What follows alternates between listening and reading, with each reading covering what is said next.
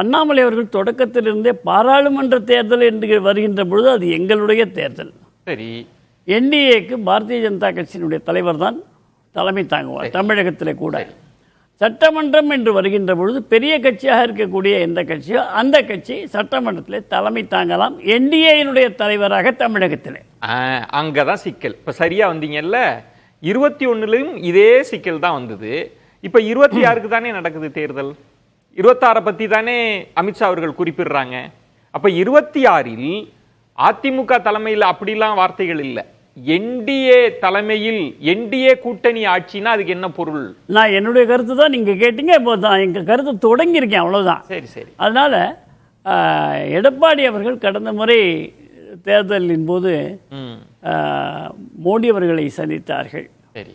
சந்தித்து இங்கே வந்த பிறகு கூட்டணி இல்லை என்று சொல்லிவிட்டார்கள். டெல்லியிலே கூட்டணி பலமாக சேர்ந்து விட்டோம் என்று சொன்னார்கள். எனவே அங்கிருந்து இங்கே வருவதற்குள் என்ன கணக்கு அவர் போட்டாரோ அது அவருக்கு மட்டும்தான் தெரியும். தமிழகத்தில் உள்ள எந்த அரசியல்வாதிக்கும் அதை புரிந்து கொள்ள முடியவில்லை.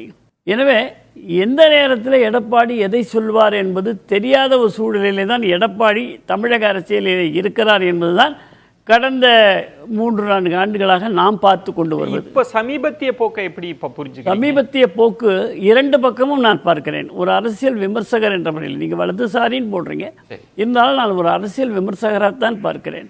அரசியல் விமர்சகர் என்ற முறையில் இரட்டை இலை இன்றைக்கு கேள்விக்குறியாக இருக்கிறது.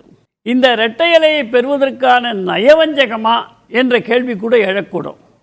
கூட்டு என்று பேசி கடைசி வரை இரட்டை இலை பெற்ற பிறகு இந்த தேர்தலுக்கு பிறகு இரட்டை இலை இந்த அதிமுக தான் செய்கிறோம், அது எடப்பாடி தான் தலைமை தாங்குவார் என்ற ஒரு கணக்கு அவரிடத்தில் இருக்கிறதா?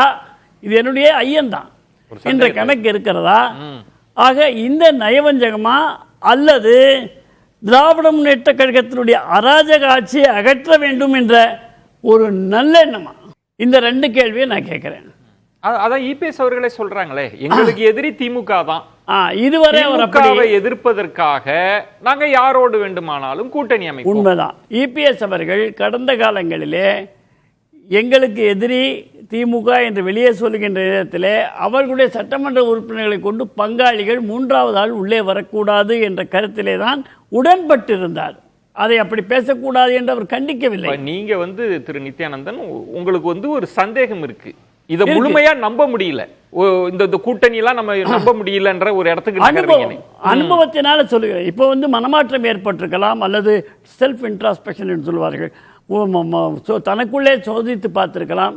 நாம் தொடர் தோல்வியை சந்தித்துக் கொண்டிருக்கிறோமே, இப்படியெல்லாம் நாம் செய்யலாமா என்று எடப்பாடி கூட நினைக்கலாம். அவரும் மனிதர் தான்.